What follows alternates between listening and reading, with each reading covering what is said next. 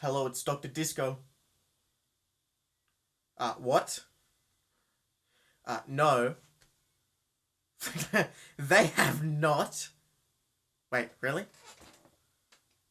Okay, I'm on it.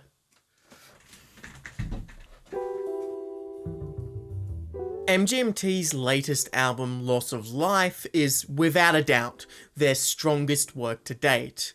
It is seeping with psychedelic sounds and refinement that you could only get from a band that has been doing this for nearly 2 decades. This is MGMT's most cohesive album. Taken in its entirety makes for a wonderful expression of sincerity. Significant to note about reviewing albums is if albums should be treated as a delivery system for commercial hits, a mishmash of whatever the artist threw at the wall, where the listener can add the 3 songs they connect with to a playlist. Or if an album should be viewed in its totality as a full creative statement with a tone and theme. The best artists are able to weave the hits throughout one album that has a distinct meaning. If my phrasing hasn't given it away, or you've never seen a previous Pat video, then of course I will always value artistic expression over the pop alternative. That being said, it is no particular surprise that I'm a massive fan of MGMT. My taste for music heavily leans in the opposite direction of the addictive pop trash fire that populates the charts.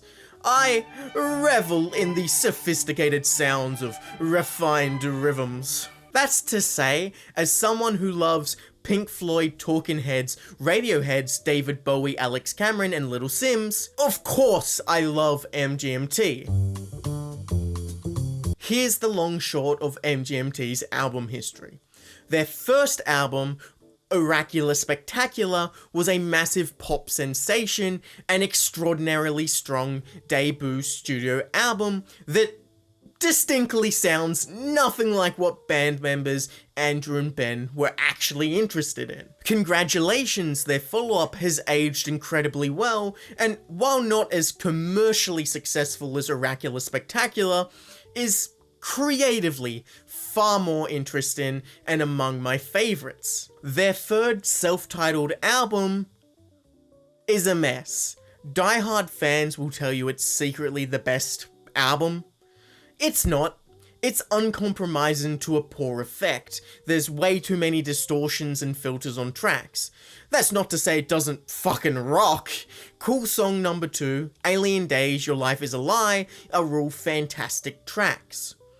5 years later, MGMT will release Little Dark Age, which is a 80s psychedelic synth-punk album and a massive return to form, mixing the creativity of Congratulations with a touch of the addictive pop rhythms that made Oracular Spectacular so good. Little Dark Age has seen significant success from platforms like TikTok, and I think the album is among some of the best music MGMT has made. It has now been 6 years since Little Dark Age, and their 5th studio album has finally dropped. With that, let's talk about Loss of Life, Part 2.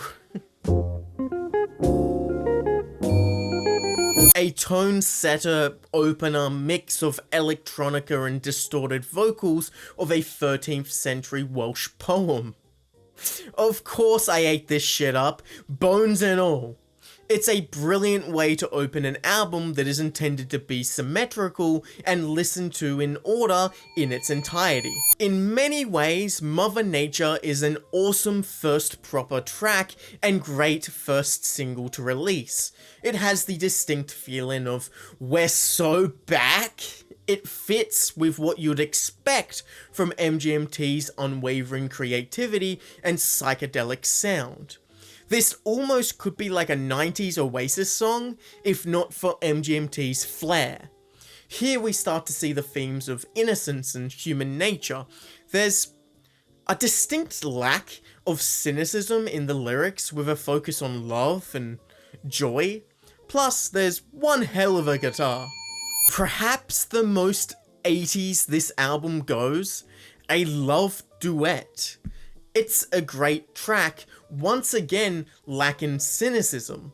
In a few ways it seems too conventional for MGMT. That may just be that the bodywork has the appearance of an 80s pop song. However, dig into the engine and there's something extraordinary driving this track. Specifically the turning point 2/3 in where it almost becomes EDM. Usually at this point in an MGMT track, the distortions would take over and would be left with a disconcerting instrumental, almost like a wallow, like One Thing Left to Try or When You Die. The song implodes on itself, leaving you on edge. Instead, Dancing in Babylon ends with that addictive chorus rhythm repeating itself, ending on a high, joyful note rather than the expected pessimistic undercut. People in the Streets perhaps has less pure musical enjoyment, but still continues this theme of the removal of cynicism from MGMT's music. It's a lament about what difference can a song actually make, especially compared to the sound of people in the streets. Protests, chanting, to make a meaningful change to the world. Now, am I here to defend the line, marching to the beat of a different drum? No, that's poor and cliche, but it's one line right at the end of an over 5-minute song that's a delight to listen to. Here it is, the hit, the ongoing in-joke greatest MGMT song of all time. Endlessly teased, finally we get to hear it. It's awesome. You can almost hear how this track got retooled from its little dark age origins into a 90s rock hit. I mean, that guitar solo. It's a song about trying to catch that elusive sound, the dangers of ambition and the endless pursuit of perfection. Attempting to capture that bubblegum dog. The fear and uncertainty of having to stop that pursuit, the imposter syndrome becoming true. An enormously sincere track. You could see how a more irony-filled cynical album would play with this idea of feeling empty. Think of time spent on my phone and the kind of jokey attitude to the loneliness that social media has caused. Yet, here we have a song about traveling all over the world, seeing wonderful sights, and still, at the end of the day, being unable to fill that void inside us. I have nothing to declare. I don't know who I am. I don't know why I'm here on this earth. The song even goes as far as to suggest that rebirth may be the only way to achieve that innocence once again. It's certainly different to hear MGMT tackle a topic like this with such blatant concern and care about existence. If not for a later track, I'd say this is MGMT's most reflective song on the album. This song even goes as far as to have a line about when was it time to stop pretending. It's concerned with fate and if our decisions truly matter. It's really great. Maybe a tad long, especially for a slower track. It's perhaps the most skeptical track in the album, questioning existence, meaning, gods, with a tinge of pessimism. Yet it's all delivered with such understanding and care, with beautiful trumpet backing instrumentals. This is a really beautiful song about MGMT's anxieties of their own music, if it matters. Yet they're here saying if their singing brings you peace, then they'll sing it every day and every night, like a compassionate lullaby. It's no surprise that it's addressed to Phradie, Andrew's daughter. Once again, a song concludes optimistically, with majestic chimes and tones, bringing you into a state of blissful rest. Here we go. The most contentious song of the album, at least for me. This is either a 1 out of 10 or a 10 out of 10. There's no in between. It's a bold stroke of genius or an exercise in empty self-gratification. This song has all the trappings of something I should hate. Meta self-indulgence, repetition, silly lyrics. I mean, they're good, doesn't mean they aren't silly. Like, no one calls me the gangster of love or municipal parking and Disney on Ice.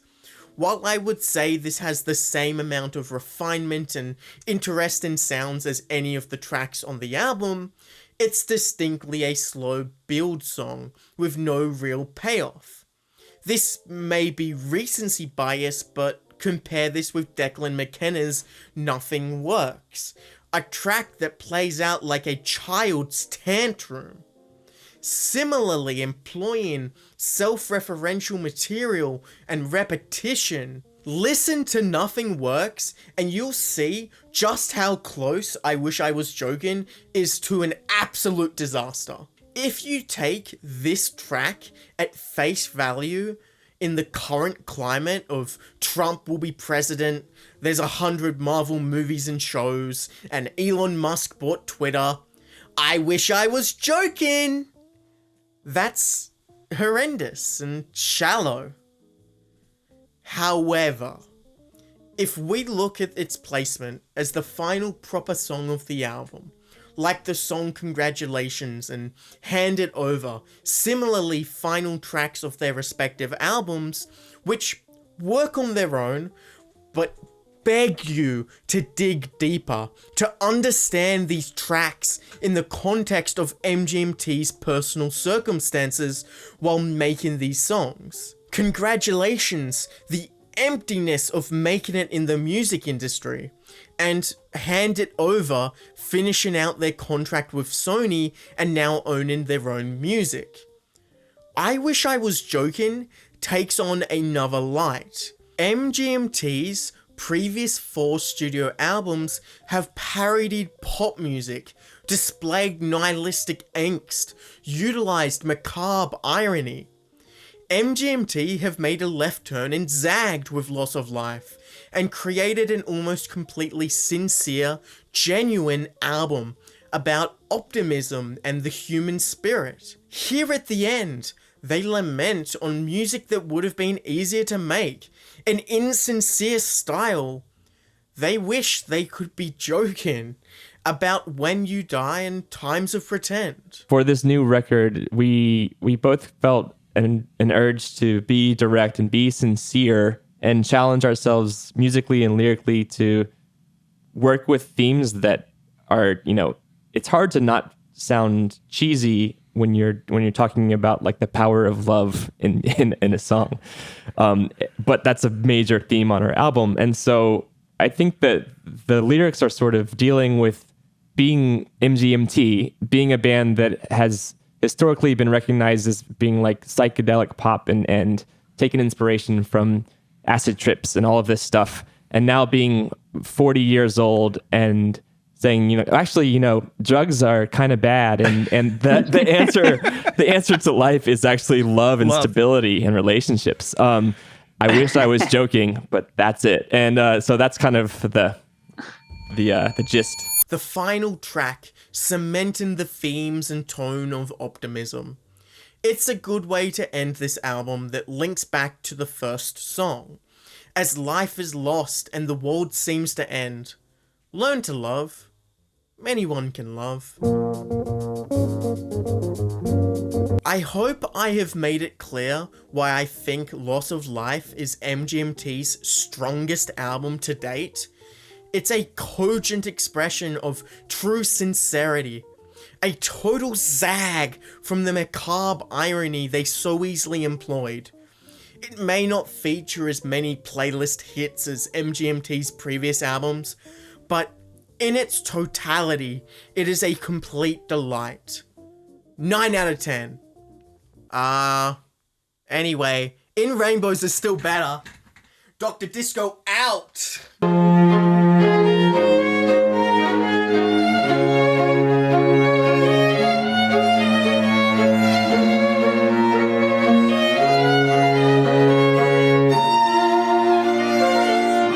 Don't forget to click below to subscribe. My Spanish castle in the sky.